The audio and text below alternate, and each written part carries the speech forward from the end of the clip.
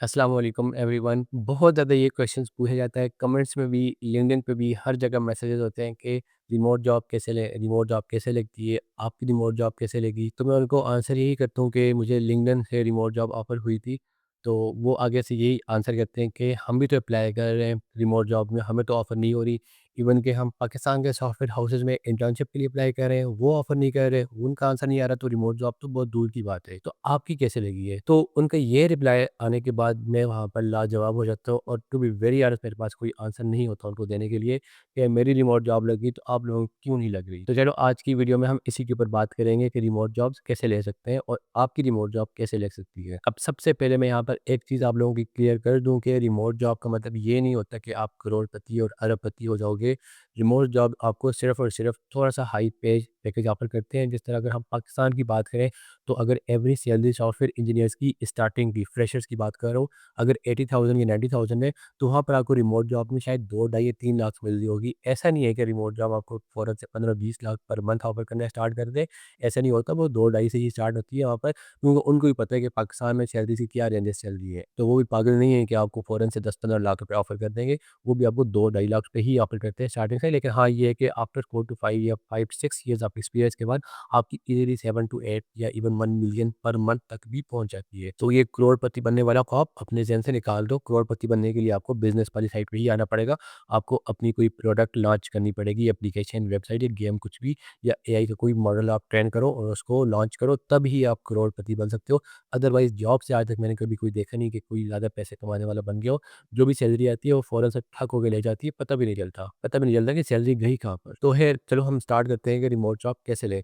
अब हुआ ये था कि मेरी 5th सेमेस्टर जब मेरा ख़त्म हुआ तो मुझे उसके बाद रिमोट जॉब ऑफ़र हो गई थी। अब वो कैसे ऑफ़र हुई थी? हुआ ये था कि जब मेरा 5th सेमेस्टर एंड हो रहा था, अभी सेमेस्टर ब्रेक आ रही थी, तो मैं उस दिन घर आया, और जैसे ही मैं घर में आया तो वहाँ पर मेरे घर में कोई भी नहीं था। मेरी मेरी अम्मी और मेरे भाई वगैरह नहीं थे, और मेरे फ़ादर की तो वैसे ही डेथ हो चुकी है। तो मैं जैसे ही रूम में एंटर हुआ तो वहाँ पर आगे एक लड़की बैठी हुई थी, और बहुत खूबसूरत सी लड़की थी। और मैंने सोचा ये लड़की हमारे घर क्या कर रही है? हमारे घर में कोई इस तरह की बाहर से लड़कियाँ तो आती नहीं है। तो उसने मुझे देखा और उसने मुझे बोला कि तुम्हारे पास 2 ऑप्शंस हैं। एक ये तो तुम्हें या तो रिमोट जॉब मिलेगी, या तुम्हें मुझसे शादी करनी होगी। तो तुम कौन-सा ऑप्शन चूज़ करोगे? तो मैंने कहा मैं शादी तो नहीं करूँगा, मुझे अभी जॉब चाहिए, और मैं अपने करियर को लेके बहुत ज़्यादा टेंस हूँ, तो मुझे रिमोट जॉब ही चाहिए। तो उसने बोला फिर इस तरह करो, वो सामने तुम्हें एक रूम दिख रहा है, तुम वहाँ पर जाओ, और वहाँ पर अलादीन का चिराग पड़ा हुआ है, तुम उसको जाके इस तरह रगड़ोगे, तो उसके बाद फिर ही कुछ हो सकता है, तुम्हें रिमोट जॉब ऑफ़र होगी या नहीं होगी। मैं फ़ौरन से उस कमरे में गया, और वहाँ पर वाक़ई में अलादीन का चिराग पड़ा हुआ था। मैंने उसको इस तरह रगड़ना स्टार्ट किया, 1-2 मिनट रगड़ो होगा, तो उसके बाद फिर एक जिन सामने मेरे नज़र आया, तो उसने कहा कि तुम्हें रिमोट जॉब चाहिए, कौन-सी कंट्री में चाहिए? तो मैंने उसको बोला कि मुझे कतर में चाहिए। तो फिर उसने मुझे फ़ौरन से लिंक्डइन पे गया और कतर से मेरे लिए जॉब ऑफ़र करवा दी, और मुझे उसी टाइम पर मैसेज आ गया कि यार आपकी तो जॉब लग चुकी है। और इतने में क्या हुआ कि मेरी अम्मी आई, और उन्होंने मुझे ज़ोर-ज़ोर से सिर जगाया कि हाँ, क्या हो गया है? सुबह की नमाज़ नहीं पढ़नी, कज़ा हो रही है, उठो। तो इस तरह से मेरे सारे के सारे ख्वाब चकनाचूर हो गए। अब ये जो क्वेश्चन है, आपकी रिमोट जॉब कैसे लगी? तो उसका आंसर यही हो सकता है, इसके अलावा तो उसका आंसर और मेरे माइंड में कुछ नहीं आ रहा। और पाकिस्तानियों को, बीइंग ए मैं खुद भी पाकिस्तानी हूँ, तो मैं खुद भी ऐसा ही था। अभी जाके मेरी थोड़ी बहुत थिंकिंग चेंज हुई है, लेकिन स्टूडेंट था तो मैं भी ऐसा ही था। हमें चाहिए होता है कि कैसे लगी हो, ये नहीं देखना होता कि उसके प्रीवियस बैकएंड पे क्या वर्किंग हो रखी है, ठीक है? अगर रिमोट जॉब ऐसा लग गई, तो ऐसा तो नहीं हुआ कि डायरेक्ट ही एक रात में रिमोट जॉब लग गई, उसके पीछे क्या हुआ था, पीछे की कहानी किसी को नहीं जाननी होती। सिर्फ़ और सिर्फ़ ये जानना होता है कि कैसे हुआ। अभी जो करंट प्राइम मिनिस्टर चल रहे हैं शहबाज शरीफ, अगर आप जाके उनसे पूछोगे कि आप वज़ीर-ए-आज़म कैसे बने? तो वो आपको इस बात का आंसर नहीं दे सकेंगे वन लाइन के अंदर कि मैं ऐसे बन गया। ठीक है? जो ऐसे बन गया होता है ना, वो फिर अलादीन का चिराग लगने से ही हो सकता है। वो नॉर्मल तरीके से ऐसे होके नहीं बन सकता। ठीक है? मैं पॉलिटिशियन, मुझे ज़ीरो इंटरेस्ट है, तो आई एम रियली सॉरी आप इमरान खान के फ़ैन हो या पीएमएलएन के फ़ैन हो, तो ख़ैर मुझे इससे कोई फ़र्क नहीं पड़ता, क्योंकि मैं किसी का फ़ैन नहीं हूँ। तो ख़ैर मैं आपको शहबाज शरीफ की बात बता रहा था। अगर आप शहबाज शरीफ से जाके पूछो कि आप प्राइम मिनिस्टर कैसे बने? तो वो अपने प्रीवियस 60 साल की आपको कहानी सुनाएगा कि मैं ऐसे बचपन में था, फिर फिर मेरी कम्युनिकेशन स्किल थोड़ी अच्छी थी, मुझे लोगों में बात करना अच्छा लगता था, फिर मैंने वोट्स माँगे, फिर मुझे जेलें हुई, और 40-50 साल लग गए मुझे इस मुकाम तक पहुँचते-पहुँचते। ठीक है, वो तो प्राइम मिनिस्टर है, बहुत बड़ी सीट है, उसको 40-50 साल लग गए। लेकिन रिमोट जॉब के लिए आपको 40-50 साल लगाने की ज़रूरत नहीं है, आपके लिए 2 साल भी इनफ होंगे। तो ये जो कैसे है ना, कैसे लगी, ये कैसे वाला पूछना सवाल बंद कर दो कि कैसे लगी। आप ये पूछो कि उसके लिए वर्किंग क्या हुई थी। अब मैं आपको अपनी वर्किंग भी बता देता हूँ कि कैसे हुई थी, कि ये कैसे वाला सवाल मैं आपको अभी उसका आंसर करता हूँ। देखो, मेरी जो यूनिवर्सिटी थी ना, कॉमसर्ट एबटाबाद, तो मैं मानसरा में रहता हूँ, तो मैं मानसरा से कॉमसर्ट एबटाबाद आया करता था, तो हमारी जो ट्रैवलिंग थी ऑलमोस्ट 1 आवर उस पे लगते थे। सुबह आने में और वापस जाने में तकरीबन 2 घंटे उस पे लग जाते थे। तो उसके बाद फिर 2 या 3 बजे छुट्टी हो जाती थी और 4 बजे तक मैं घर पहुँच जाता था, खाना वगैरह खा के 5 बजे मैं अपनी इंटर्नशिप कर रहा था, तो मैं उस पे बैठ जाता था। 4 घंटे की मेरी हाफ टाइम इंटर्नशिप थी, तो 5 बजे से लेकर ऑलमोस्ट आई थिंक 9 बजे तक, हाँ, 9 बजे तक मेरी इंटर्नशिप हुआ करती थी।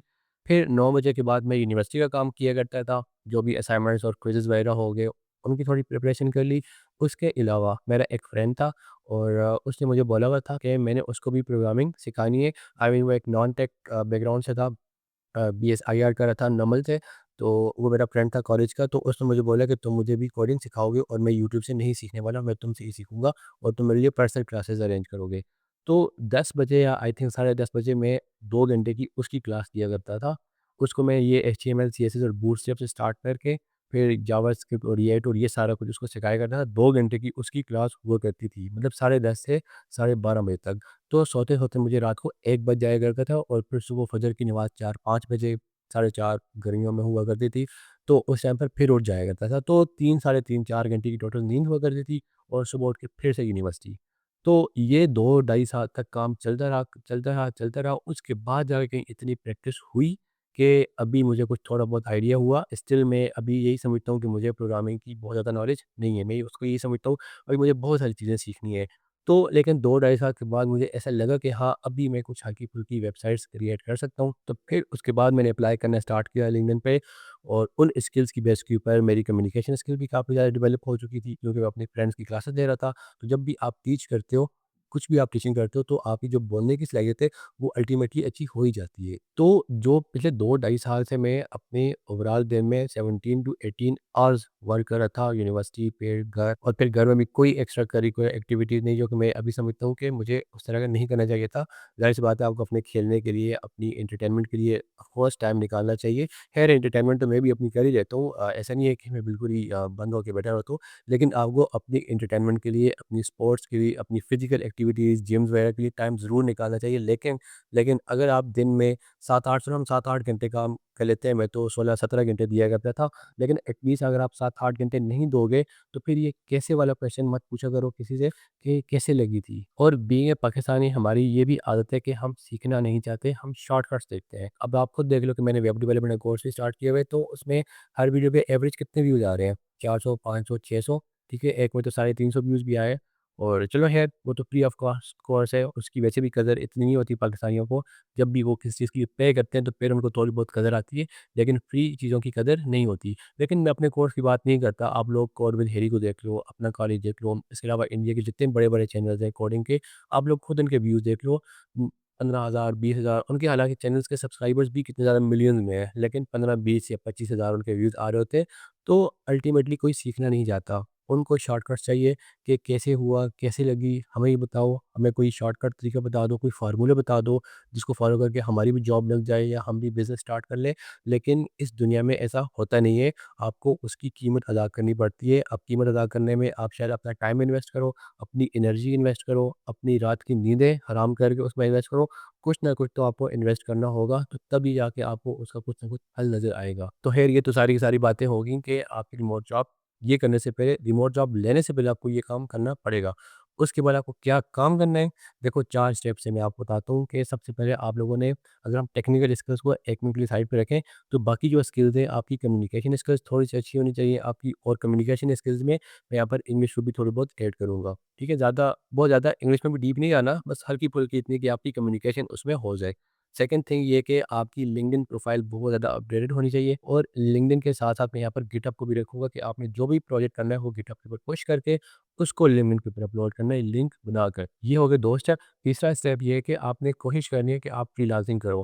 फ्रीलांसिंग से ये होगा कि आपके पास क्लाइंट्स आएँगे, और हो सकता है वो क्लाइंट्स आपके साथ लॉन्ग टर्म काम करने पे राज़ी हो जाएँ, अगर आपकी स्किल्स अच्छी हुई या आपने उनको प्रोजेक्ट बहुत अच्छे से डिलीवर किया हुआ, या आपकी उनके साथ अच्छे रिलेशंस बन गए, तो अगर वो आपके साथ लॉन्ग टर्म काम करें, वो यही रिमोट जॉब है। और फोर्थ थिंग ये है कि आपने अपने data structures, algorithm, object oriented programming के ऊपर भी फोकस करना है अदर देन स्किल। स्किल तो साथ-साथ चलती रहेगी, आपके प्रोजेक्ट्स भी होने चाहिए। आप वेब सीख रहे हो, आप ऐप डेवलपमेंट सीख रहे हो, या कोई भी स्किल सीख रहे हो, वो तो उसके प्रोजेक्ट्स होने ही होने चाहिए, लेकिन आपने अपनी प्रॉब्लम सॉल्विंग भी बहुत अच्छे से करनी है, क्योंकि रिमोट जॉब मोस्टली आपको फॉरेन की कंपनीज़ होती हैं, तो वो अपने कोड के ऊपर बिल्कुल भी कंप्रोमाइज़ नहीं करते कि आप बैड कोड उनको लिख के दे दोगे। आपको वहाँ well maintained and well structured code लिख कर ही देना होगा।